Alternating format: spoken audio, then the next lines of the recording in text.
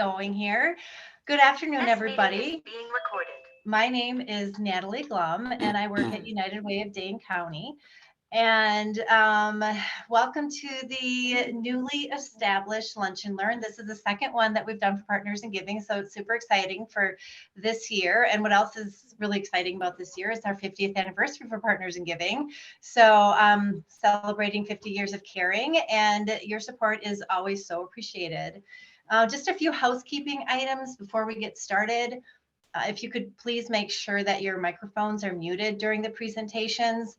There will be time for questions and answers at the end, or Q&A at the end, and you can either, unmute at that time, raise your hand, or just use the chat. So those are just a few of the things that I wanted to have for housekeeping. So let's just get right on to the session. It looks like we've got some other people coming in here. So it is being recorded. So if you missed anything, you can always go back. It will be on the Partners in Giving website after the session. So this week's focus topic is disability services. And we are super excited to have two presenters from two charities. The first is Sarah Bass, who is the Executive Director at Pathways of Wisconsin Incorporated. Founded in 1978, Pathways of Wisconsin is a nonprofit vocational agency. It's dedicated to providing person-centered quality service to adults living with developmental disabilities in the Madison community. And we will also be hearing from, after Sarah, we'll be hearing from Brittany Hoig, I think I got that right, Director of Health Programs at Special Olympics Wisconsin, and also Edward Castern, who is a Special Olympics Wisconsin athlete and unified leadership staff member for Special Olympics of Wisconsin, or Wisconsin. I always put the in there, and I'm so sorry. Special Olympics Wisconsin provides year-round sports training and athletic competition in a variety of Olympic type sports for children and adults with intellectual disabilities, giving them continuing opportunities to develop physical fitness, demonstrate courage, and experience joy while participating in sharing of gifts, skills, and friendships with their families, all the other athletes, and the community. So after those brief introductions, let's just get going and take it away, Sarah. All right, great. Thank you, Natalie. So as you can hear, I have a cold. So I'm gonna try to project my voice, but if you can't hear me, just let me know. It always seems like I have colds when I need to present. So I apologize for that in advance. I'm gonna share my screen because I have a little presentation. So let me see if I can do that.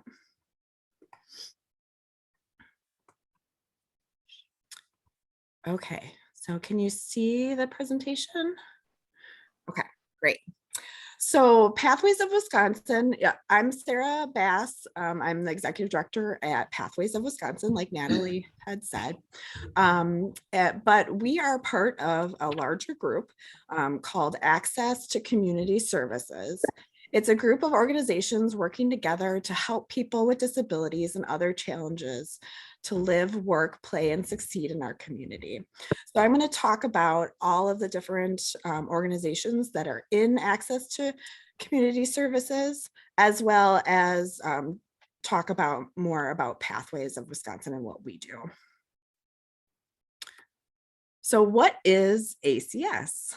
As I described, we're a group of other organizations, other nonprofits within the Dane County area. So we have Special Olympics Wisconsin, which you'll hear from a little later, Goodwill, South Central of Wisconsin, Pathways of Wisconsin, Avenues to Community.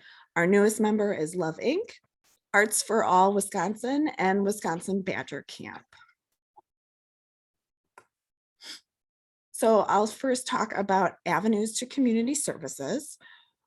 They ensure people with disabilities have an opportunity to lead self-determined lives. So if you've heard of broker services, they take on an individual and really develop what they want to do in their future. Goodwill of South Central Wisconsin. Their mission is to help people achieve their highest level of independence through the power of work. So they have a lot of job coaches like Pathways of Wisconsin around the Madison area. They also have their stores that a lot of people work at. So little difference in how they're set up, but they're another supportive employment agency.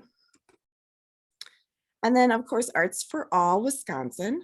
They provide opportunities for children and adults with disabilities to perform arts. So whether it be painting, music, all sorts of things, they provide that at their facility or out in the community. And then Wisconsin Badger Camp, they provide natural environment where individuals with developmental disabilities can learn about their surroundings and realize their full potential through a group living experience. And campers develop friendships and expand their social skills. So that's a fun camp for people with disabilities. And then Special Olympics, which you'll hear about in a little bit. They provide year-round sports training and athletic competition in a variety of Olympic-type sports for children and adults with cognitive disabilities, giving them continuing opportunities to develop physical fitness, demonstrate courage, experience joy, and participate in the sharing of gifts, skills, and friendship with their families, other Special Olympic athletes, and the community. And then, of course, Pathways of Wisconsin, which is the organization that I lead. I've been there 4 years as the executive director, and we've made a lot of changes, but it's been really fun to develop along the way. So we're a vocational and day service agency dedicated to providing person-centered and quality services to adults living with developmental disabilities. We are located at Sherman Avenue. We used to be downtown because we have a lot of contracts within the DHS building, the DWD building. So you may have heard of us and the people that we support. At Pathways, we provide life enrichment and daily living skills. So some of these pictures show what we do during the day. Here's some yoga and cooking, and here someone's making carrot cake, and a lot of the donations that we get go to these enrichment activities, sensory items, and we even got a visit from Maple Bluff. So that was fun. So when you're thinking about giving, please remember access to community services. Again, all of these organizations are under our umbrella. So if you have any questions later about any of these other individual organizations, please let me know. And they give to us because you give to us. So thank you. I appreciate it.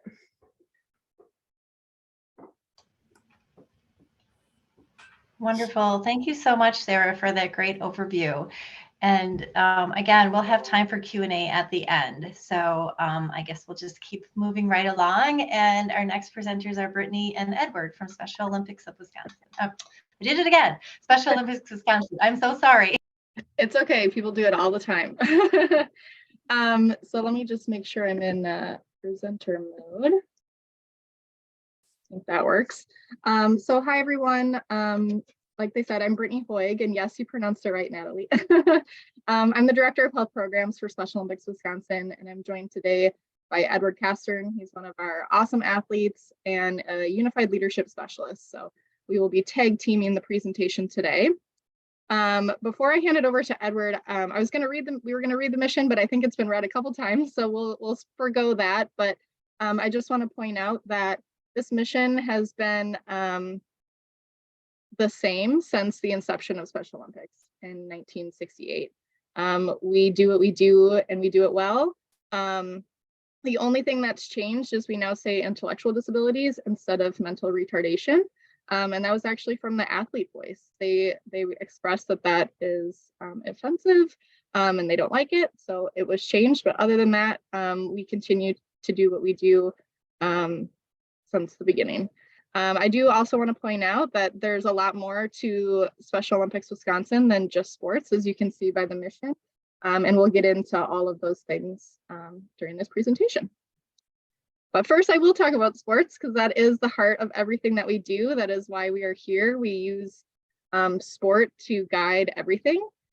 We provide year-round sports training and athletic competition. Oftentimes people think of Special Olympics as that one event, that one track meet once a year, but really we have competitions going on year-round. We have over 21 different sports for individuals with ID of any age and skill level. I won't read them all, but you can see them all listed there, broken out into our sports season. So we offer quite a bit, and a lot of our athletes are multi-sport athletes. Athletes train and compete locally, and then advance to higher levels of competition. We have regionals, we have state, and they're able to advance on. We have over 2,500 coaches that support our athletes, most of which are volunteers. Some are through YMCAs and rec departments, but a lot of them are just volunteers that really have a passion for the mission. Throughout the year, it's a little different with COVID these days, but we have well over 100 competitions happening and different unified experiences. We also send athletes to USA Games, which is kind of that bigger tournament that you might think of when you think of Special Olympics or think of the Olympics. And that happens once every 4 years. And then there's also World Games, which is just like the Olympics, happens every 2 years, rotating from summer to winter sports. So there's a lot going on year round in sports, but there's also a lot more than just sports. So I'm going to pass it to Edward to talk a little bit about health. Recording in progress. I'm sure Special Olympics provides a lot of health programming, like Athlete Health Messenger, Special Smiles. And as long as we're talking about health, I can share my dental story. About 2.5 years ago, I was partnership dental here in Oshkosh. Didn't want to take me, kept giving me excuses, and so I reached out to Special Olympics, and they were, long story short is Special Olympics was able to find me a dentist, but I was suffering from dental pain for like 2 years. So their health programs and their screenings are so important, especially at tournaments. The same thing with my blood pressure, because I had a history of high blood pressure in my family. But if it wasn't for Special Olympics, I wouldn't have found out if I had high blood pressure or not. So that's and then in the Athlete Health Messenger training, you learn about hydration, how much food you should eat, portion control, different things like that. And yeah, it's really made a difference in my life. Yeah, so Special Olympics provides free health screenings in a variety of different, we call them disciplines. Everything from getting your eyes checked to your oral health, which Edward talked about, feet, fitness, hearing, you name it, we cover it. And they're free to our athletes. We provide them usually at a tournament so they can compete and then stop by and get these free screenings. These screenings have found, I'm not going to read them all there, but some of these statistics that our athletes face health inequities because they have ID. And that's really just not fair. And we want to do everything we can to get rid of those health inequities. Special Olympics has emerged as a leading public health organization for people with ID because of these screenings. These screenings are uniform. We train clinical directors who run the screenings and collect data at every single one so that if you go to a screening here in Wisconsin, it's going to look exactly the same as one in Florida or South Africa or wherever you're going to go. And all of that data gets compiled together to really show a strong picture of those health inequities that we talk about. While all of that is great and those healthy athletes disciplines are wonderful, because of that data, we found that there's a need for fitness or a focus on fitness. And so, again, I'm not going to read them here, but you can see some of those statistics are quite staggering. I will read the one, the life expectancy of people with ID is 16 to 20 years less or younger than their peer. And it's not because they have ID, it's because they're getting misdiagnosed or they're not being treated for something or they don't know how to express a health concern. And so we tried our best to step in and catch some of those things and help our athletes be the best athletes, because you can't be a good athlete if you're not at your healthiest. Another program that we have is, we call it our Unified Programming, or Unified Champion Schools, which is a youth-centered school-focused program, bringing people with and without ID together through education, sports, leadership. So we have those 3 different components there. So inclusive sports, they're on the playing field together, not playing against each other. They're teammates. They're passing the ball to each other. Basketball is a big one that we offer. Cornhole is another one. Whether it's in schools or not, unified programming expands beyond the schools. It's really great to have siblings play together, or parents and child play together.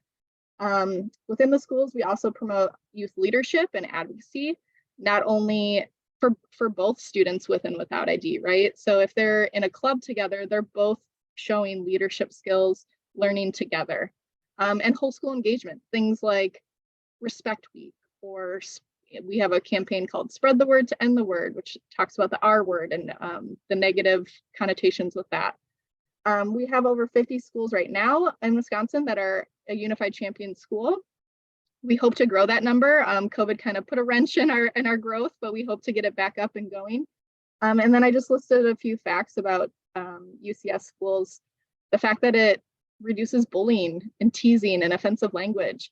The fact that I just got to move my Zoom stuff here.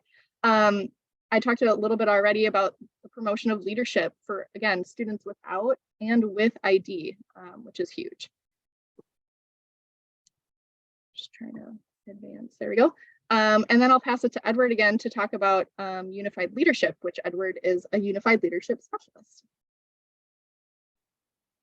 And in the Unified Leadership Specialist, we offer many different classes like Global Messenger, Athlete as Coaches, Athlete Health Messenger, Athlete as Table Official. So it gives the athletes a chance to learn the different skills they need if they want to take any of these classes, or to be successful as they can be. I've taken every class on this list, and a couple that aren't on this list is like gender identity. And one of the things that Brittany doesn't know is, or maybe does know, is Special Olympics is coming up. SY International is coming up with different levels of courses. It'll be a gold, silver, and bronze standard. So that there's changes yet to be made. So if an athlete wants to take more advanced courses, they can. And one of the things the mission doesn't cover is, I think Special Olympics gives you the confidence and the ability to let you achieve what you want to achieve. Because when I was 15 years old, I won my first gold medal, and I'm like, I did this so I can go, I'll do anything. Because I have a college degree, I have a daughter, which I adore. And then plus I'm living my dream job, because I never thought I would like teaching, but I like teaching like my mother, because I'm like, Mom, there's no way I'm gonna be a teacher. But guess what? I'm helping teach and facilitate these classes. So I feel like I'm living the true dream. So yeah, we really try to bring that unified leadership experience to everything that we do. Even today's presentation, the fact that Edward and I are presenting this together, and all of these leadership opportunities that we have for our athletes are also co-presented by our athletes. So that's a peer-to-peer training. Edward's one of our staff members now. We also have 2 additional athlete staff members. And we really try to incorporate that leadership component in everything we do, whether it's as staff. We have athletes on our board. We have athletes on all sorts of statewide or regional committees, really trying to get that just at the base level of everything that we do is unified and unified leadership. We could go on and on about our programming, but I think that's where we're going to leave it. I'll just leave it with our athlete oath. So this is something that's said before every tournament, usually led by an athlete. And so I'm going to let Edward say it for us. Let me win, but if I cannot win, let me be brave in the attempt. Awesome. Thanks, Edward. And that's all I have. I love that so much. That slide, let me, how does it go again? Sorry. Let me win, but but if I cannot win, let me be brave in the attempt. And I live that message every day because I had some health history this past year, and Brittany knows this year's been kind of difficult for me. So every day I kind of live by that oath to get through every day at certain times when I get frustrated or down. You truly do live it. Edward, that's amazing. And I think I'm going to start doing that myself because that's a good way to approach every single day and approach everything. So thank you for sharing that. We do have time now for questions and answers. If anyone has any questions for the folks, you can either put it in the chat or raise your hand or just unmute yourself. Thank you so much, everyone. Really appreciate all this great information. But my question is for Edward. I'm wondering what you won that medal in when you were 15. The 100-meter wheelchair race. Awesome. What other things have you competed in? I've done the 200, I've done the 25-meter, and I've done the 30-meter slalom for wheelchair. I've done the shot put. I've done the only, Brittany doesn't know this, but the only things for track that I haven't won a gold medal in is only the softball throw. Everything else I've competed in for track, I've won, and I've won, and I also do gymnastics and I do powerlifting, and I want to try golf and I want to do tennis skills too. So, and I want to do sit ski. I really want to do sit ski really bad. Brittany knows that, so I'm trying to find a sled. I love it. Thank you so much for sharing. Yeah, thank you so much. There is a question in the chat. How does the school become a UCS? Yeah, it's actually really easy. There's just an online form to fill out. You fill out the form of your interests, and then we have our unified department kind of reach out to you and do an orientation and all the different things. And what's great is most schools already do one of those 3 components that I mentioned. And so our requirement is that you do at least one of those 3, ideally all 3, but a lot of schools already do something. And so we just discuss what's the best way to make that work in that particular school, because it does look a little different depending on the school's resources or interests and things like that. So it's fairly easy. It's really just a registration form and then kind of a discussion on how it fits within that particular school. It's on our website. Yeah. I'm just gonna say, I bet it's on your website. Hey, are there any other questions? We've got time. It's 12:24, so we've got 6 minutes.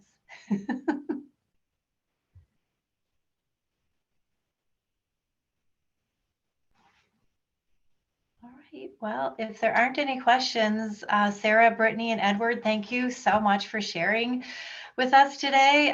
It was amazing to learn more about how Access to Community Services and the member charities, including Pathways and Special Olympics Wisconsin, is working to bring out the best of all the abilities in people here in Wisconsin and beyond. It's amazing. Sarah, I hope you feel better soon. And thank you for coming today, even though you're not feeling well. I also want to thank all of you for attending today's session. And just a friendly reminder that donating through Partners of Giving is super easy, and you can choose your charity and payment method. That includes, e-pledge, payroll deduction, and all those things. And that we are, celebrating 50 years this year. So 50 years of caring, it's something to celebrate in and of itself. Again, thank you all for being here and enjoy the rest of your day. Even though it's cold, enjoy it. Natalie, Oh, there is a question in the chat. Sorry. I'm so sorry. Thank you, Christy, for lifting that up. The question is, are there other organizations in the campaign that work with folks with disabilities or advocate on behalf? Yes, there are. Because I know you can't feature everyone in a half-hour presentation, but I wonder if there are any other organizations that people might want to know about that others know off the top of their heads. I know everything is in the booklet, and I believe there will be summaries sent out, so maybe we can include that in the summary. That would be great. Thanks. Okay, cool. Thank you.